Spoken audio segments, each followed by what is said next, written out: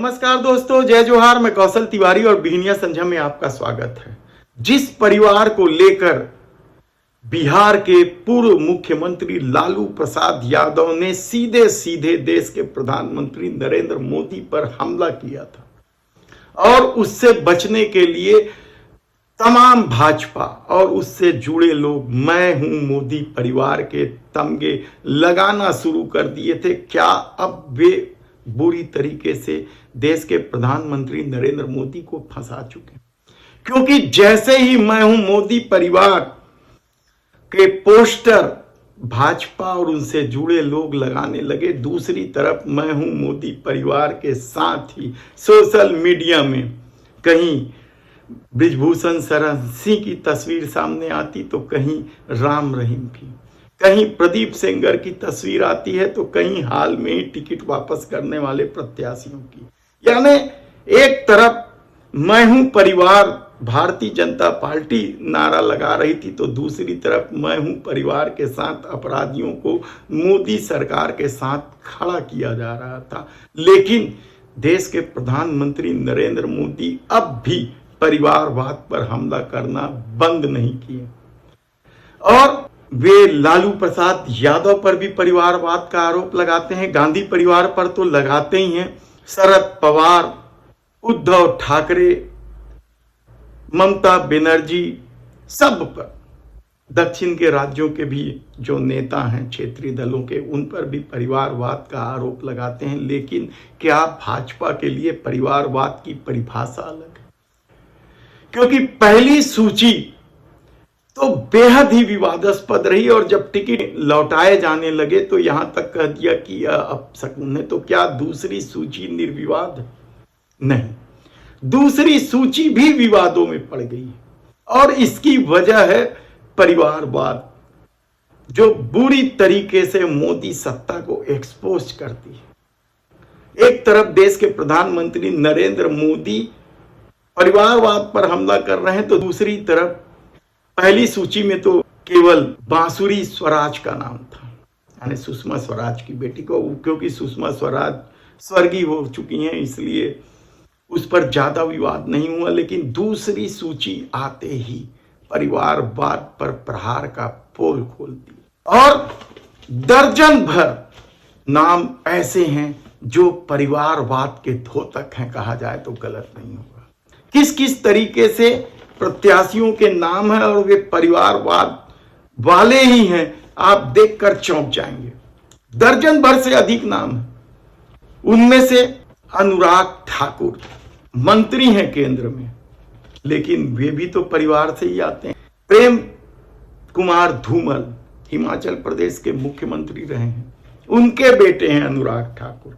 कर्नाटक के पूर्व मुख्यमंत्री बीएस येदियुरप्पा के बेटे राघवेंद्र को भी टिकट दे दी गई और बेटे को टिकट देने का लिस्ट यही दो तक नहीं है। तुकाराम श्रृंगारे के बेटे सुधाकर को टिकट दी गई है। राधा कृष्ण बीघे के बेटे सुजाय को टिकट दी गई है। संजय धोत्रे के बेटे अनूप धोत्रे को टिकट दी गई है।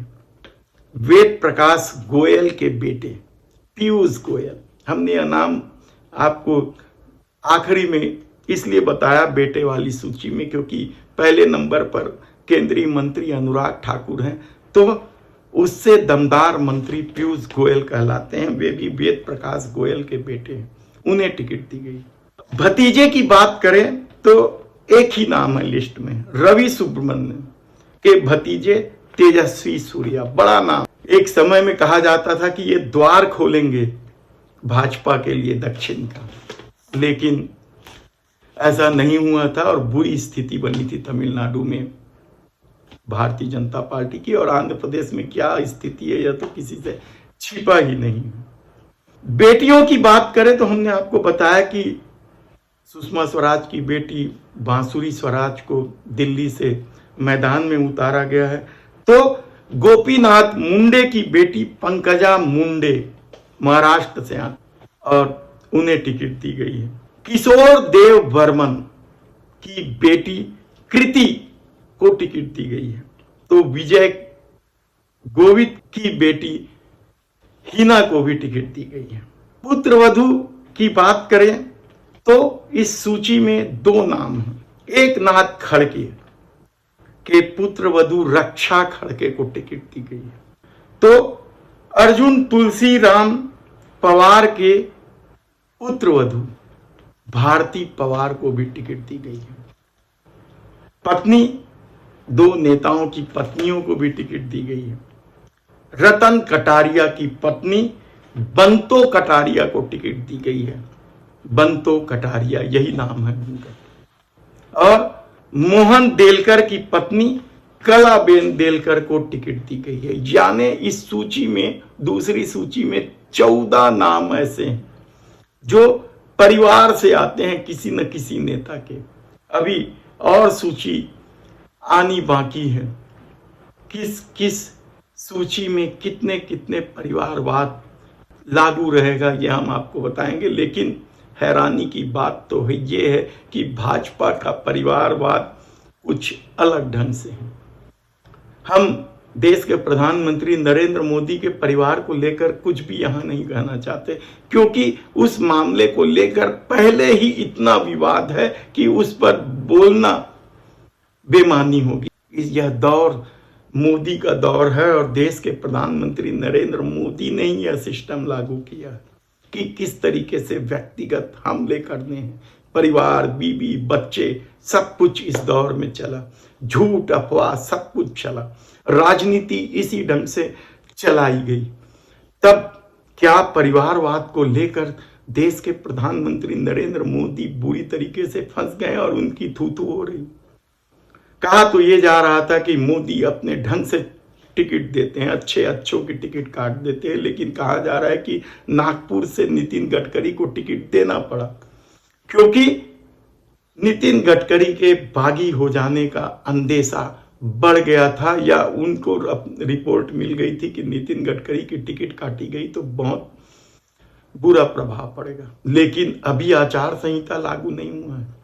क्या आचार संहिता के डर से बहुत सारे लोग बीजेपी के साथ खड़े दिखाई दे रहे हैं, और जैसे ही आचार संहिता लागू होगी बहुत बड़ी संख्या में नेता भारतीय जनता पार्टी छोड़ देंगे। इस पर हमारी नजर है।